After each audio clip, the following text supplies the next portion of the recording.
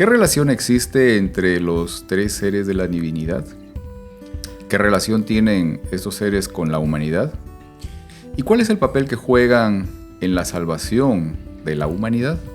Estas son algunas de las preguntas que hoy día buscaremos despejar en el estudio de hoy, así que bienvenidos.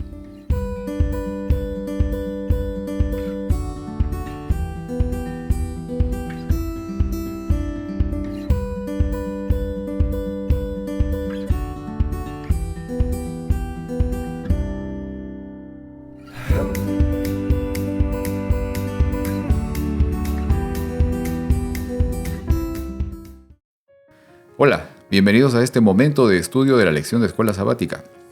Hola Margarita. Hola Pedro, buenas tardes. Buenas tardes, ¿cómo estás? Muy bien. Qué bueno, qué bueno. Hola Heriberto. Hola Pedro, hola Margarita. Bienvenidos. Hola, Heriberto. Bienvenidos y bienvenidos también a nuestros amigos que nos acompañan en esta ocasión para este momento de estudio. Llegamos a la lección 11. Demasiado rápido. 2 más, ¿verdad? 2 más y terminamos el estudio del libro de Juan. Un estudio muy provechoso, realmente muy interesante y que nos ha permitido tener un conocimiento mucho más cercano de algunos aspectos de la persona de Jesús. Realmente yo nunca había visto el libro de Juan así, de esta manera. Le tengo más respeto al discípulo Juan. Definitivo. Creo que, cada una de las partes que hemos podido ir viendo cada semana nos ha permitido, por lo menos a mí, no sé ustedes cómo lo han visto, pero me ha permitido tener, como dice Margarita, sí, una perspectiva diferente de los eventos, de las cosas, de las personas también que participaron en todo esto. Y claro, descubrir algunos detalles más que quizás anteriormente no había tenido en cuenta, ¿no? Como por ejemplo, comentaba el sábado pasado con algunas personas allí en la clase, el hecho de que yo pensé que Juan había quedado desterrado en Patmos y ahí había muerto, pero entendemos de que no fue así. Que de todas maneras él fue movido de allí y salió hasta la zona de Éfeso y ahí es donde estuvo dirigiendo la iglesia en esa zona, en ese lugar.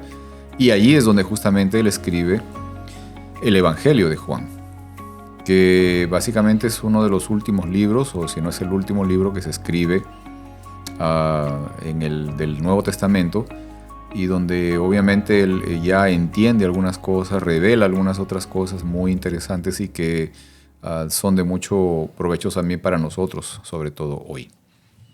Así es. Pero ¿qué tal si empezamos con una oración? Claro que sí. ¿Quieres orar, Margarita? Me parece bien. Ok. Oremos. Querido Señor, gracias Dios por tu amor, gracias Dios por tu Espíritu Santo.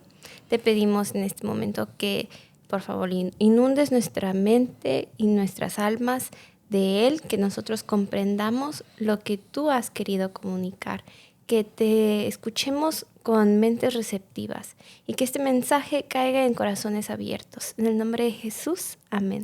Amén. Y la lección 11 se titula El Padre, el Hijo y el Espíritu Santo. Y quiero leer del libro de Juan, el capítulo 14, versículo 26. Y dice, pero el consejero, el Espíritu Santo, que el Padre enviará en mi nombre, les enseñará y recordará todo lo que les dije. Y sí dije, esta semana hemos estado estudiando justamente con respecto a las personas de la divinidad, ¿no? Y sobre todo ese aspecto de la relación que tienen las personas de la divinidad con el ser humano. Porque esa es la parte fundamental, poder reconocer ese tema de relación con el ser humano, ¿no?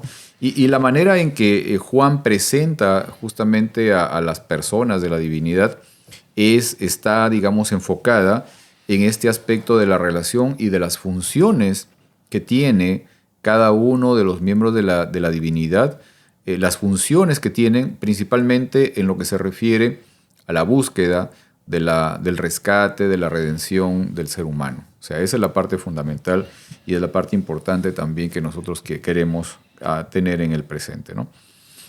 Ahora, quiero leer uno de los versículos tal vez más conocidos en la Biblia, que es el de Juan capítulo 3, versículo 16. Pero quiero leerlo en una versión que suena así. Dice esto: pues así es como Dios amó al mundo. Dio a su único Hijo para que todo el que crea en Él no se pierda, sino que tenga vida eterna. La manifestación del amor de Dios. Ahora, considerando el carácter de Dios, ¿no? Su esencia, ¿no? Su naturaleza, su nombre de amor, ¿cuál consideran ustedes que es la razón por la cual Dios crea al ser humano? O sea, ¿por qué es que el Señor, digamos, se toma el esfuerzo, el trabajo de formar a un ser o de crear a un grupo de seres y ponerlos en un lugar específico, etcétera? O sea, ¿cuál es el propósito? ¿Cuál fue el propósito inicial? ¿Cuál fue la razón por la cual Dios creó al ser humano? ¿Qué propósito tenía, no? ¿Cuál era su deseo realmente? Yo creo que pues, hemos oído muchas razones por las cuales quizá Dios creó al hombre, pero yo creo que para mí personalmente, yo creo que Dios es un Dios creador, es un Dios activo, que no es porque necesite algo que Él crea algo, sino que esa es su naturaleza. Yo creo que un Dios creador, que lo que hace es crea. Y es lo que ocurrió, simplemente porque Él es un Dios de amor y es un Dios que le gusta crear cosas, le vino a la mente crear al ser humano. Ok. ¿Qué piensa Margarita? Creo que pues se me hace difícil de comprender. Realmente no tengo idea, pero me hace pensar porque, a ver, Dios es padre, ¿no? ¿Y por qué la gente tiene hijos? O sea, yo sé que en este mundo quizá a veces las personas no tienen hijos por las razones correctas o quizá no piensan mucho antes de tener hijos, pero cuando hay una pareja estable que realmente lo piensa y todo, ¿por qué tienen hijos? Entonces creo que es algo más a quien compartir un amor. Es como cuando te sobra tanto el amor y necesitas dárselo a alguien. Entonces, Él nos creó para amarnos. Creo que hay mucho sentido en eso, ¿no? Yo también tengo obviamente la idea respecto a esto de la intención que tuvo Dios al crearnos, y básicamente lo podemos tomar en los primeros versículos de la Biblia, ¿no? Cuando el Señor después de la creación dice: hagamos al hombre a nuestra imagen, ¿no? Conforme a nuestra semejanza. Y básicamente, o sea, el creador del universo, o sea, se mira a sí mismo para poder crear un ser que tenga también sus características, con el cual poder relacionarse, ¿no? Con el cual poder entrar en una relación profunda, con un ser autónomo, pero que al mismo tiempo tenga las características de su creador, que se parezca a él, un ser con el cual pueda relacionarse, ¿no? Y al cual obviamente el Señor le da un extremo valor, porque justamente después de que hubo ese rompimiento de esa relación y el ser humano, digamos, se extravía en aquello que conocemos como el pecado, el Señor lo busca, ¿no? Y se entrega a sí mismo para poder rescatar, justamente para poder salvar al hombre, ¿no? O sea, esta parte, digamos, creo que es fundamental. O sea, este tema de que la intención de Dios al crear a un ser era la de poder entrar en una relación profunda y cercana con Él, ¿no? Poder compartir su carácter, su esencia, ¿no? Que es el del amor, y poderlo dar a otro ser, ¿no? Y obviamente permitir de que también nosotros podamos sentir y expresar ese mismo, digamos, esa misma característica, ese mismo sentir con otros semejantes también, y poder entrar en una relación cercana con los demás. ¿Ok? Ahora, es interesante de que a raíz justamente de este extravío, de esta, digamos, separación, de este rompimiento entre el creador, bueno, entre el ser humano y su creador, llegamos a una condición o a una situación donde hay ciertos aspectos que, digamos, tienen que aparecer para poder lograr que haya esa oportunidad de rescatar a un grupo perdido, ¿no?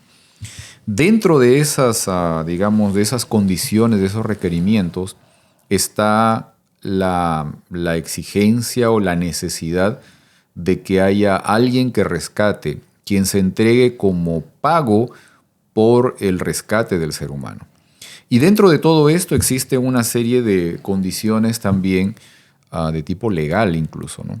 Que son situaciones que se acuerdan o que se expresan dentro de un tribunal donde seres de todo el universo, representantes de todos los planetas o de todos los mundos, están ahí presentes, ¿no? Tenemos una idea un poco, digamos, ligera de eso cuando podemos estudiar, por ejemplo, el libro de Job. Y lo vemos allí, donde están reunidos los seres representantes de los diferentes mundos, ¿no? Allí también en un momento estuvo Satanás, o sea, también él representando a este mundo. Pero hay algo interesante. Juan capítulo 5, versículo 22 dice esto, ¿no? Además, el Padre no juzga a nadie, sino que todo juicio lo ha delegado al Hijo.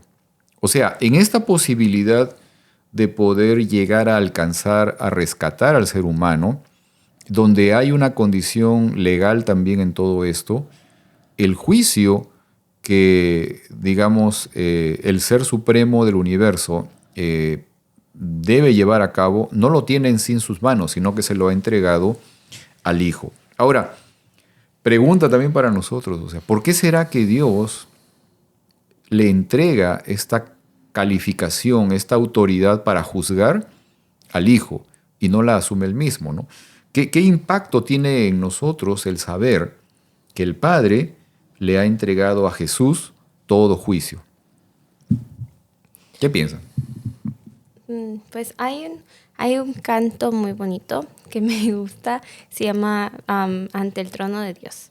Uh-huh. Entonces, nosotros tenemos, bueno, en el tabernáculo o en el santuario, para que se presentaran los pecados, tenía que pasar alguien muy, muy limpio, y era el high priest. Sumo sacerdote. El sumo sacerdote.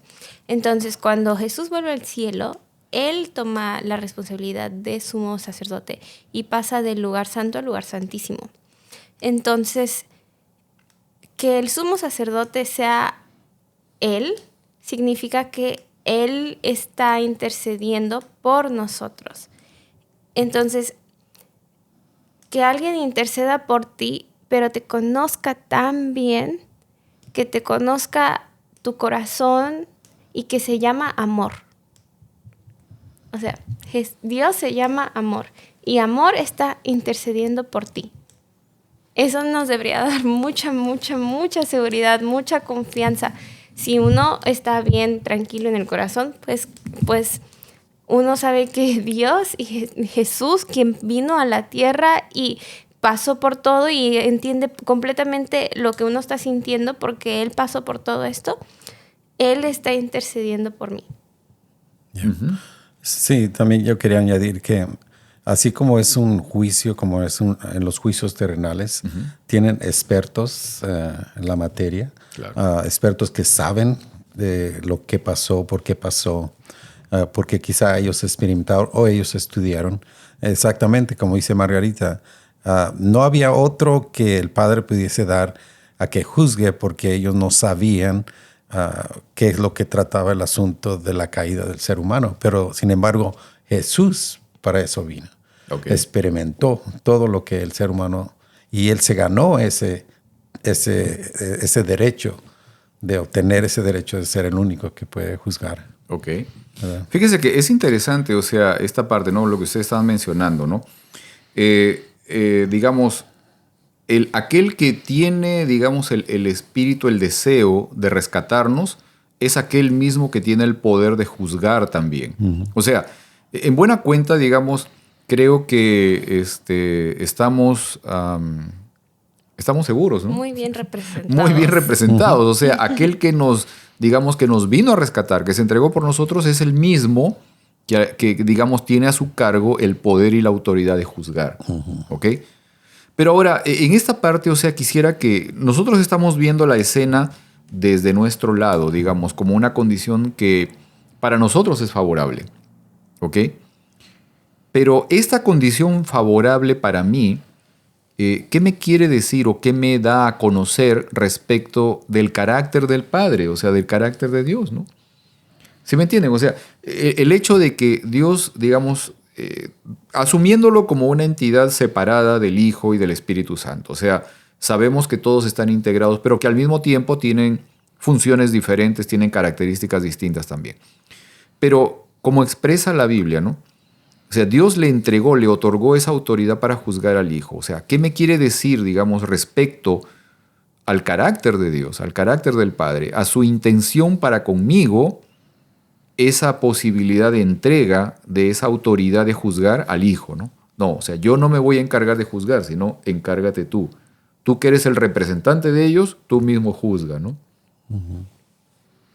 Bueno, ¿qué me dice del carácter de Dios eso? Pues es que es un Dios de amor, porque para poder Él representarnos, debemos recordar lo que Él tuvo que pasar. O sea, tenemos la parábola cuando manda a su siervo al campo y les dice que no le hacen caso, aún matan al hijo, ¿verdad? O sea, eso representa a Jesús, es lo mismo.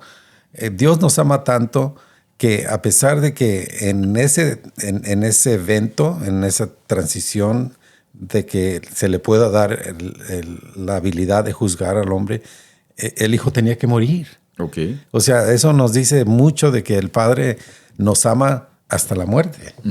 ¿Verdad? Pues a ver, se me hace difícil separarlos porque están actuando juntos. O sea, están en una misma mente. Entonces se entienden. Entonces se me hace difícil separarlos. Pero pienso en que yo fui muy bendita de tener un muy, muy buen papi. Que me quiere mucho. Y todo lo ha hecho para que for me to succeed.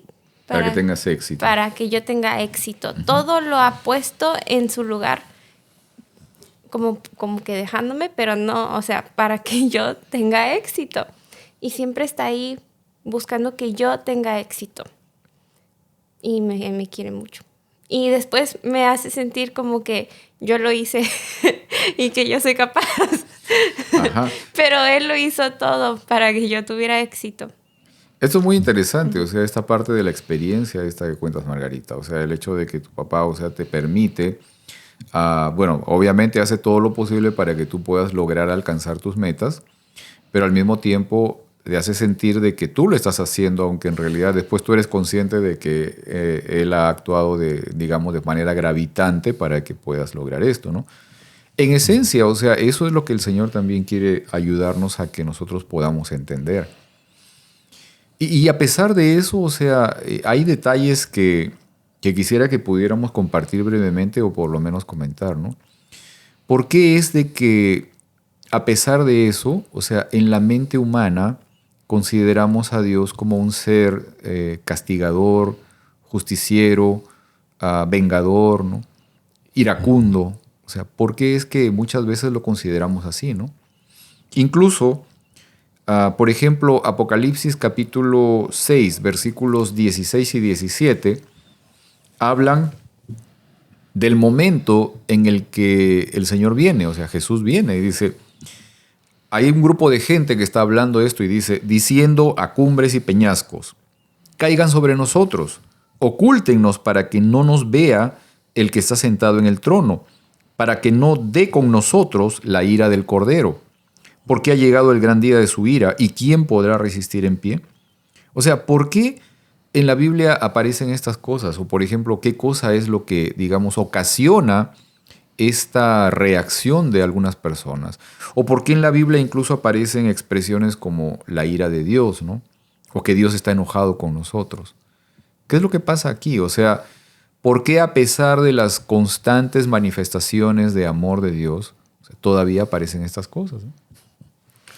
Bueno, vamos a ir al principio, ¿verdad? Ok, a ver, Heriberto. En el principio todo era perfecto, sin pecado. Okay. Y una vez que entró el pecado, entonces vino la separación. vino el estrago, vino la guerra, vino la muerte, vino todo. Y entonces con eso vino también la justicia, porque Dios no puede permitir que el pecado permanezca. Okay. Y eso es lo que hemos visto a través de la historia de la Biblia, que no esconde nada. Tenemos el diluvio y la gente se pregunta, pero ¿cómo pudo destruir a todo el mundo? Y miramos toda una historia tras otra historia donde se destruyó pueblos enteros, todo completo.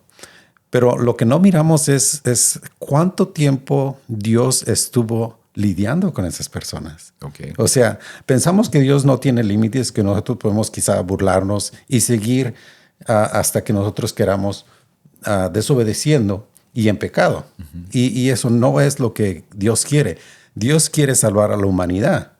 Entonces llega un tiempo que si Él no interviene, la humanidad puede ser perecida completamente. Okay. Y eso es lo que el ser humano no ve, simplemente juzga que debería haber dejado vivir al ser humano. Si lo hubiese dejado vivir, no estaríamos aquí hoy. Ok, ¿verdad? Ok. ¿Querías decir algo, Margarita? ¿Comentar algo? En esta parte de emoción.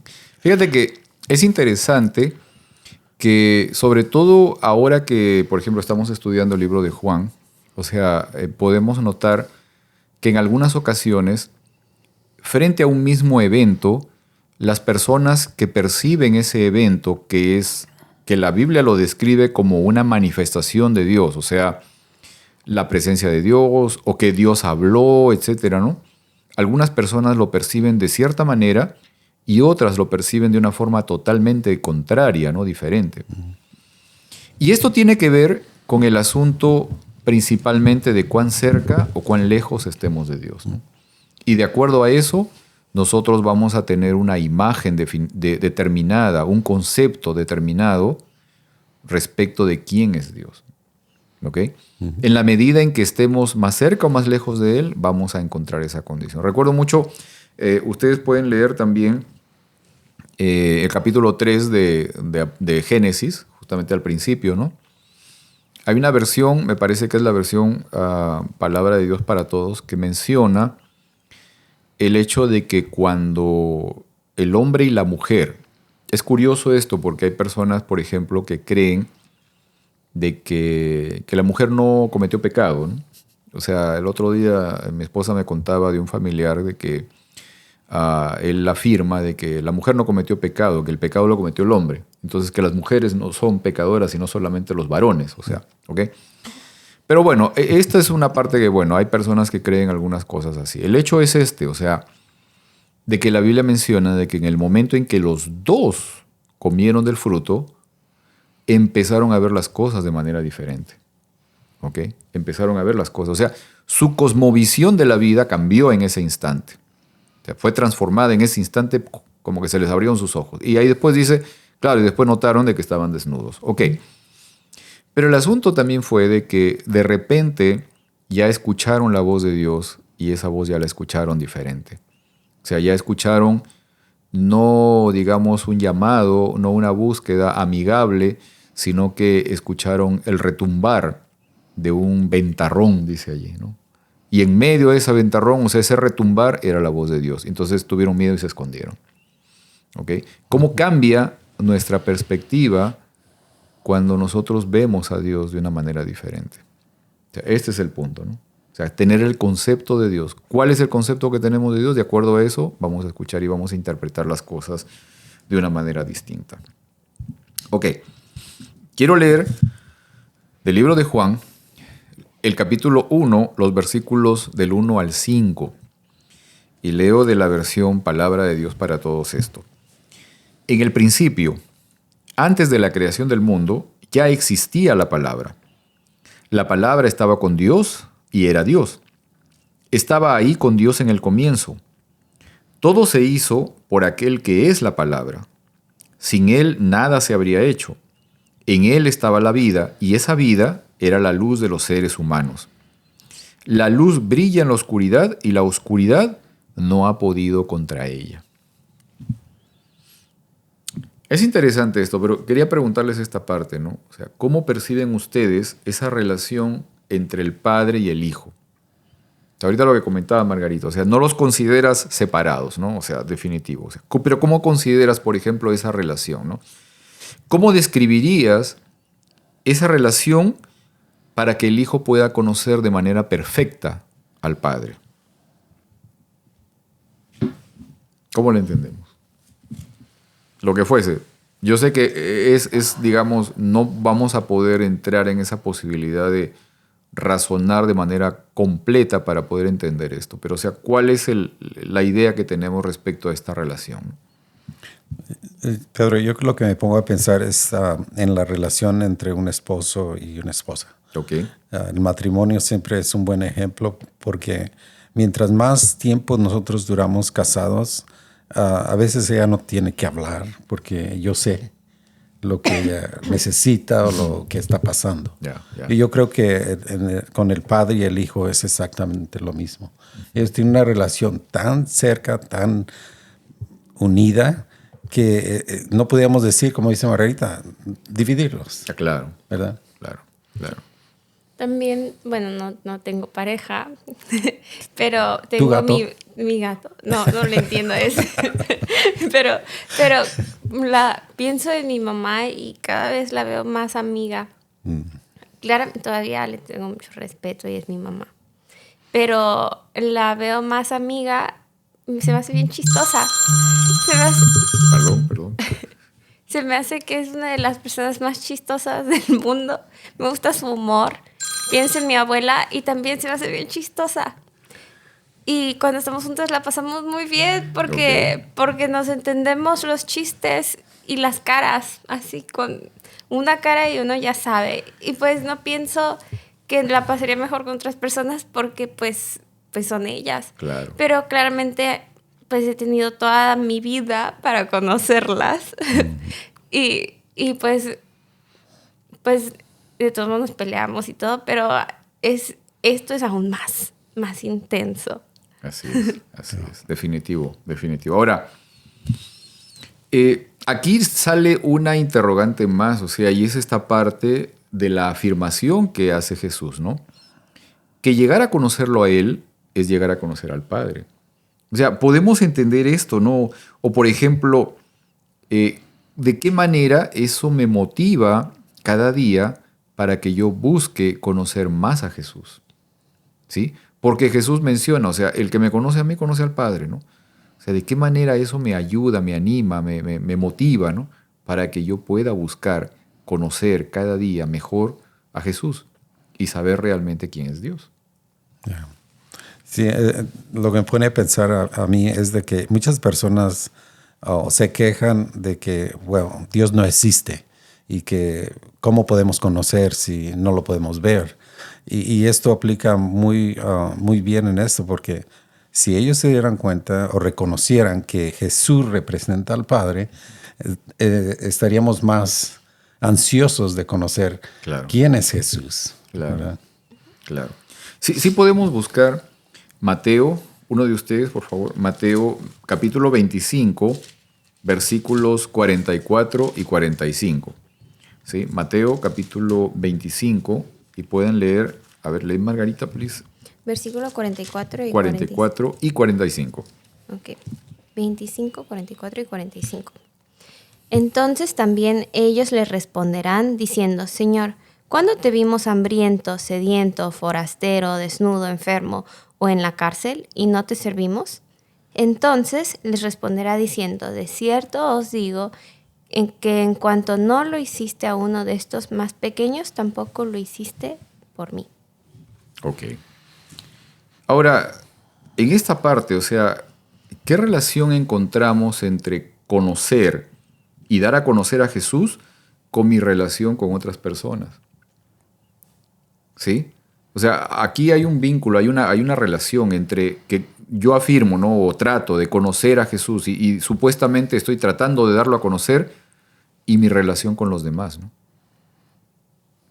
¿Qué vínculo, qué relación encontramos aquí? Aquí hay algo que está dando vueltas ahí en lo que acaba de leer Margarita.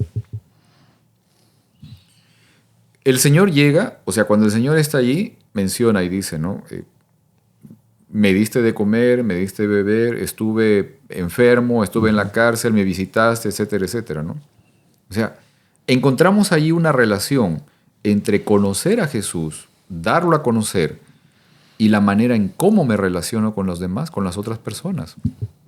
Otra vez, pienso en mis papás. ¿Ok? Entonces, están los amigos de mis padres y están mis amigos. Y conforme voy queriendo más a mis padres, quiero más a los amigos de mis padres. Porque yo veo cómo ellos los quieren.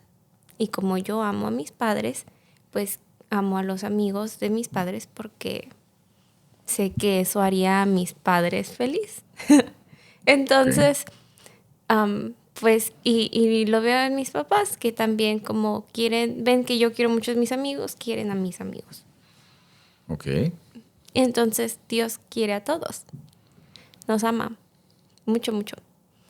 Y también yo creo que al relacionarnos con Jesús, reconocer que Él representa al Padre, y al conocerlo, nuestro carácter es transformado, y ese amor que Él siente por nosotros lo adoptamos en nuestra vida, y es representado en el trato que les damos a los demás también. Ok. Volviendo a esto de que Dios es malo o Dios es furioso, es muy difícil querer a todos.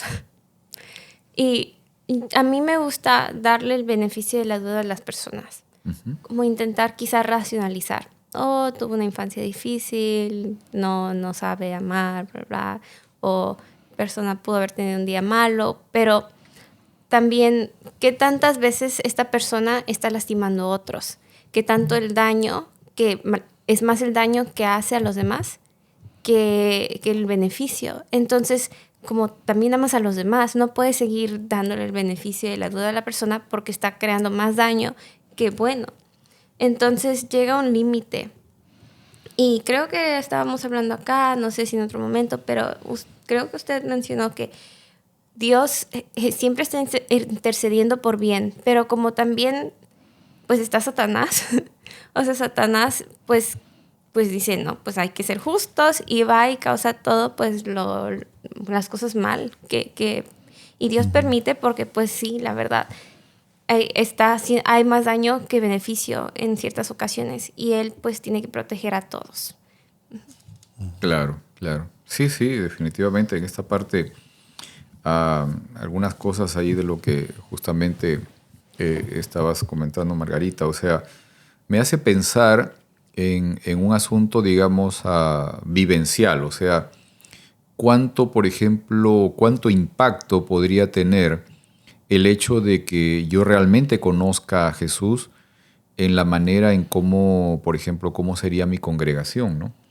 O sea, a veces me pongo a pensar, ¿cómo sería mi congregación? ¿Cómo sería tu congregación, tu iglesia, el grupo con el que te reúnes, cuando el grupo de personas conocen a Jesús, ¿no? Y levantan a Jesús sobre todo, ¿ok? ¿Cómo sería esa vida? O sea, o de qué manera, por ejemplo, estás tú conociendo, buscando conocer a Jesús y dándolo a conocer también, ¿no? O sea, ¿de qué manera? ¿Qué esfuerzo? ¿Qué estrategias utilizas para eso, no? ¿O cómo es que Jesús realmente quiere que tú lo muestres al mundo? O sea, ¿de qué maneras, no? ¿Cómo es que realmente el Señor quiere que tú le digas a otro que tú conoces a Jesús, no? ¿Sí? Y en esta parte, o sea, por ejemplo, yo quiero leer lo que dice Juan, ¿no? Justamente Juan menciona esto porque Jesús lo mencionó así, ¿no? Juan capítulo 13, versículo 35 dice: el amor que tengan unos por otros será la prueba ante el mundo de que son mis discípulos. Sí, esa manifestación de la relación, ¿no? De la manera en cómo, digamos, nos tratamos unos a otros, nos vinculamos unos a otros, nos aceptamos a los demás, ¿no? Esa es la manera en la cual podemos mostrar el Dios que conocemos, a Jesús. Al Dios que conocemos lo manifestamos a través de nuestra conducta y nuestra relación con los demás. Yo, pensando en la iglesia y cosas que he estado pensando durante esta semana, es que creo que muchas veces subestimamos lo que es Cristo. O sea, queremos atraer a las personas con comida o queremos atraerlos con eventos, pero pues no. O sea, eso a veces ayuda, pero subestimamos lo que realmente es querer y tener a Cristo, porque realmente todos tienen una necesidad y están buscando. Yo creo que no tenemos que salir a buscar. O sea, cuando Dios está en nuestro corazón, nuestra faz es distinta. Perdón. Y la gente lo ve. Y el simple hecho atrae a las personas. Es algo incomprensible. Cuando los discípulos tenían el Espíritu Santo, creo que era Pedro, caminaba y su sombra sanaba a las personas. Es una seguridad, una paz que es magnética y sale. O sea, uno no tiene que estar buscando y puede ver con otros ojos a las personas. Entonces, una iglesia que realmente quiere conocer a Cristo atraería a todas las personas de su alrededor, no con otras cosas, sino por el simple hecho de tanto buscarlo y querer servirlo. Importante esta parte, Heriberto, no sé si captaste ese tema, o sea, que en el momento en que yo conozco a Jesús, el momento en que yo empiezo a conocer a Dios realmente, veo a mi semejante desde otra perspectiva. O sea, eso va a tener un impacto directo en la manera en cómo yo veo, cómo yo percibo a mi semejante, empezando obviamente con las personas más cercanas, ¿no? Y es lo que a veces ya he comentado aquí, les había comentado que había podido entender hace poco también, esta parte de que para poder yo decir que puedo llegar a amar a mi semejante, primero tengo que amar a la persona que está más cerca de mí, o sea, en este caso, por ejemplo, a mi pareja, ¿no? Para que yo pueda decir que llego a amar a mis hijos, no lo puedo hacer si es que primero no amo a mi pareja. Puedo llegar a amar a mis hijos después de eso y recién entonces puedo proyectarme hacia los demás, ¿no? Las personas que están a mi alrededor, tal vez los familiares más cercanos, los familiares más lejanos, los amigos y los demás también. O sea, puedo llegar a expresar ese sentir a los demás, ¿no? Pero el hecho de justamente llegar a conocer a Dios es lo que me permite ver a mi prójimo desde una perspectiva distinta, desde los ojos de Dios. Yeah. Nada más quería añadir, Pedro, que los eventos que se hacen para la iglesia en realidad no son malos. Yo lo veo como es una crear el ambiente para que nosotros podamos pasar tiempo juntos y conocernos más. Okay. Así es que sí, es bueno hacer eventos y todo. No es el propósito de que de alguna manera influirlos para que cambien su forma de pensar, pero es para tratar con ellos, para pasar tiempo con ellos, conocernos mejor. Relacionarnos. Okay. Sí, todo es posible realmente, ¿no? Sí. Quiero añadir a eso Margarita, que no solamente amar a la persona más cercana, pero también es el amor a sí mismo. Y no en una manera narcisista, claro, sino que verse a sí mismo con los ojos que Dios nos vio. O sea, amarte tanto que te cuidas, porque Dios creó ese cuerpo hermoso que uno tiene. Aceptarse, la nariz, el cuerpo, todo, por el amor en que Jesús nos creó. O sea, dijo, así se va a ver y va a ser hermosa. Así es. No, definitivo. O sea, no puedes llegar a amar a los demás si primero no te valoras o no te amas a ti mismo. Voy a tener que cancelar mi cita con el cirujano. De todas maneras. Vamos a tener que hacer algo aquí. Entonces. Ok, quiero leer del libro de Juan, el capítulo 3, los versículos del 5 al 8. Y quiero leerlo de la versión Palabra de Dios para Todos. Esto es parte de la conversación que tuvo Jesús con Nicodemo, y justamente aquí hablan de un aspecto muy importante, o de características también, de uno de los seres de la deidad. ¿Ok? Jesús respondió: te digo la verdad, el que no nace de agua y del Espíritu no puede entrar en el reino de Dios. El que nace de padres humanos tiene vida física, pero el que nace del Espíritu tiene vida espiritual. No te sorprendas si te digo, ustedes tienen que nacer de nuevo. El viento sopla para donde quiere ir, Tú lo escuchas soplar, pero no sabes de dónde viene ni para dónde va. Así es con todos los que nacen del Espíritu. En esta conversación, Jesús le menciona a Nicodemo el reino de Dios. Dice, nadie puede entrar al reino de Dios. ¿Qué entendemos por el reino de Dios? ¿Qué será el reino de Dios? ¿Y cuándo podremos entrar en el reino de Dios? Por ejemplo, cuando oramos el Padre Nuestro, ¿no? Y repetimos y decimos, venga a nosotros tu reino, ¿no? ¿Qué es esto, no? ¿Qué es esto del reino de Dios? ¿O qué entendemos por el reino de Dios? Bueno, está hablando aquí del Espíritu Santo, ¿verdad? Cómo Sí. nos mueve, nos lleva a la verdad. Así es que el Espíritu Santo es el que revela a Jesucristo y Jesucristo es la vida eterna. El reino de Dios en realidad es Jesús, pero no puede ser revelado porque Jesús murió, resucitó y se fue al cielo, pero dejó al Espíritu Santo. Okay. O sea, miramos una cadena aquí donde Jesús revela al Padre y el Espíritu Santo revela al Hijo. Okay. O sea, todo tiene un lugar, pero no podemos conocerlo si no fuese por el Espíritu Santo quien nos guía a toda verdad. Ok. Ok. ¿Querés decir algo, Margarita? De esta parte. Mira, el tema del reino de Dios tiene que ver justamente con la manifestación de lo que es el gobierno de Dios, o sea, su carácter de amor, ¿no? Y aceptarlo también, o sea, es esa parte, o sea, de vivir, digamos, sujeto a lo que significa toda la esencia de Dios y en lo que significa también sus normas, sus principios, sus valores, o sea, a poder estar, digamos, siendo parte de ese gobierno que es el gobierno de Dios.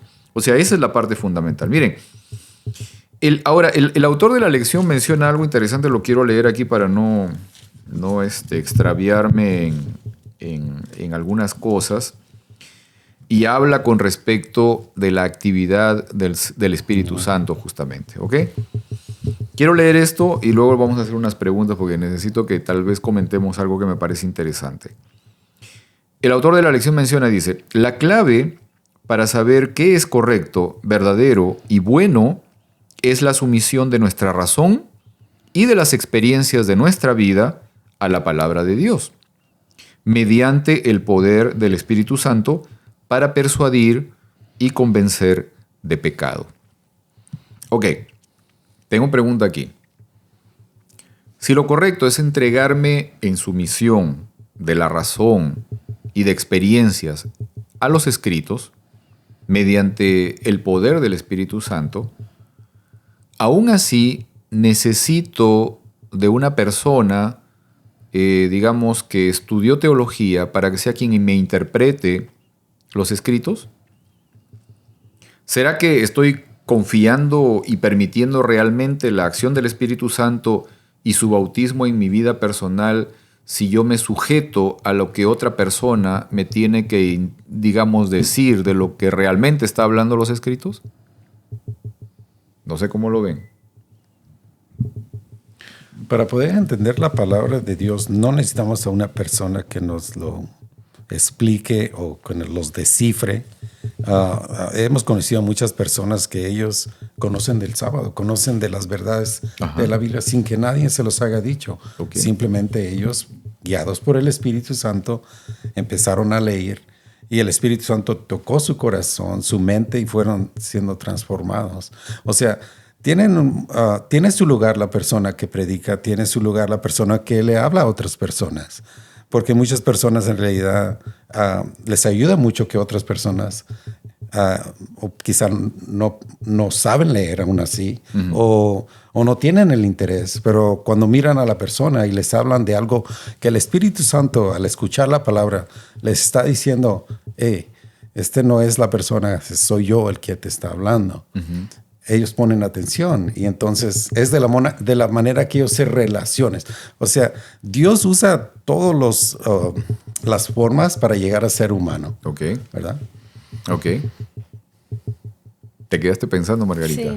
Sí. ¿Se quedó pensativo, No, Margarita? estaba escuchando, Ok. Sí. No, sigamos. Ok, muy bien. O sea, definitivamente pienso que no hay esa necesidad de, digamos, de que alguien más interprete por mí los escritos. O sea, probablemente sí en algunos momentos hay necesidad de que alguien te pueda guiar, te pueda enseñar algunas cosas, ¿no? Por ejemplo, recuerdo el momento que está narrado en la Biblia, en el libro de Hechos, entre el encuentro entre el etíope eunuco y Felipe, ¿no? Y entonces, guiado por el Espíritu, Felipe se acercó a este hombre y este hombre le pidió que le enseñara de quién estaba hablando los escritos, porque parece que algo no entendía. Y se lo facilitó. Y entonces, pero en ese momento el hombre creyó y fue bautizado, ¿no? O sea, estas posibilidades, digamos, esas condiciones obviamente sí pueden ser. Esta parte, digamos, creo que es muy interesante porque me lleva a una pregunta también muy importante. Porque de alguna manera, o sea, todos estamos involucrados, por ejemplo, en diferentes congregaciones, en diferentes iglesias, en fin. Ok, creemos de manera práctica en la acción del Espíritu Santo en nuestras vidas. ¿Creemos realmente en la dirección del Espíritu Santo en nuestra congregación? ¿Acepto realmente la dirección del Espíritu Santo en mi congregación cuando a veces busco, digamos, anteponer mi propio interés ante los demás? O sea, ¿de qué manera realmente puedo yo hacer efectivo o sincero el hecho de poder aceptar y concluir que es el Espíritu Santo el que está tomando decisión por nosotros? Por ejemplo, en el caso de una congregación. A ver, pienso que, volviendo a la pregunta anterior, Okay.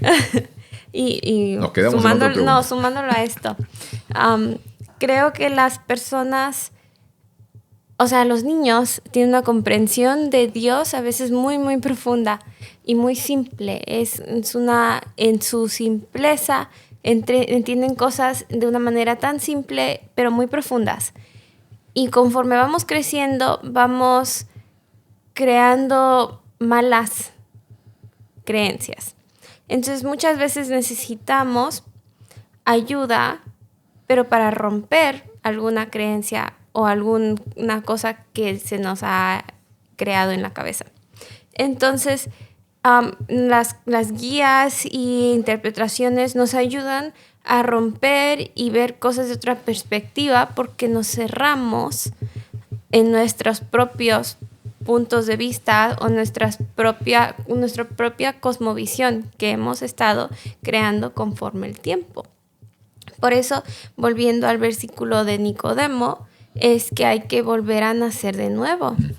O sea, abrirse totalmente y poder tener la mente abierta, pero tener la mente abierta al Espíritu Santo.